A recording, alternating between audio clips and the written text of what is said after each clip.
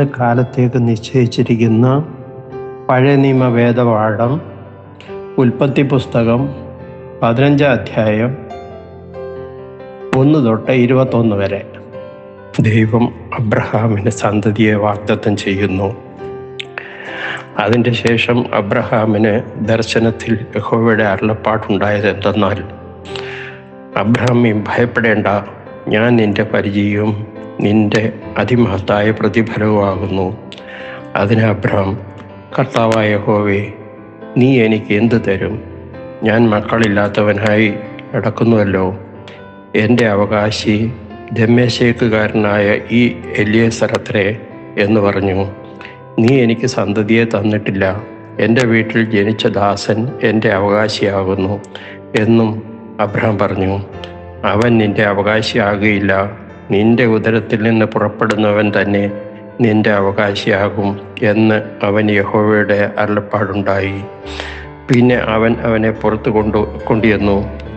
നീ ആകാശത്തേക്ക് നോക്കുക, നക്ഷത്രങ്ങൾ എണ്ണുവാൻ കഴിയുമെങ്കിൽ എണ്ണുക എന്ന് കൽപ്പിച്ചു. നിന്റെ സന്തതി ഇങ്ങനെയാകും എന്നവനോട് കൽപ്പിച്ചു. അവൻ യഹോവയിൽ വിശ്വസിച്ചു. അത് അവന് നീതിയായി കണക്കിട്ടു. പിന്നെ അവനോട്, ഈ ദേശത്തെ നിനക്ക് അവകാശമായി തരുവാൻ കൽദയ പട്ടണമായ ഊരിൽ നിന്ന് നിന്നെ കൂട്ടിക്കൊണ്ടുവന്ന യഹോവ ഞാനാകുന്നു എന്നരുളി ചെയ്തു. കർത്താവായ യഹോവേ, ഞാൻ അതിനെ അവകാശമാക്കുമെന്നുള്ളത് എനിക്ക് എന്തോന്നിനാൽ അറിയാം എന്ന് അവൻ ചോദിച്ചു.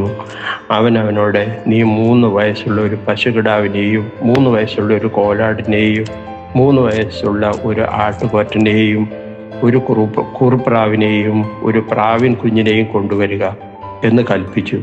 ഇവയൊക്കെയും അവൻ കൊണ്ടുവന്ന് ഒത്ത നടുവെ പിളർന്ന് ഭാഗങ്ങൾ നേർക്ക് നേരെ വെച്ചു.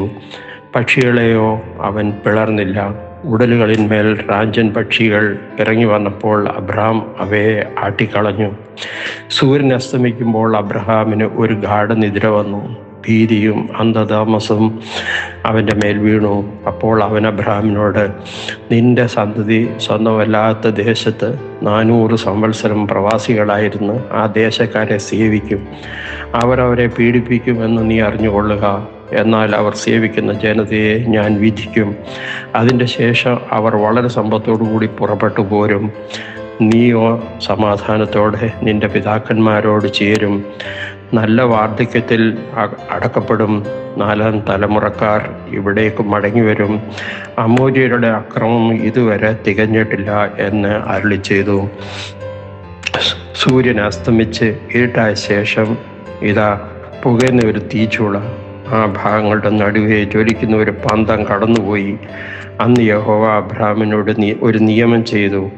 നിന്റെ സന്തതിക്ക് ഞാൻ മിസ്രയീം നദി തുടങ്ങി ഫ്രാത്ത് നദിയായ മഹാനദി വരെയുള്ള ഈ ദേശത്തെ കേന്യർ, കെനീസ്യർ, കദ്മോന്യർ, ഹിത്യർ, പെരിസ്യർ, രഫായ്മ്യർ, അമോര്യർ, കനാന്യർ, ഗിൽഗശ്യർ, യബൂസർ എന്നിവരുടെ ദേശത്തെ തന്നെ തന്നിരിക്കുന്നു എന്ന് അരുളി ചെയ്തു.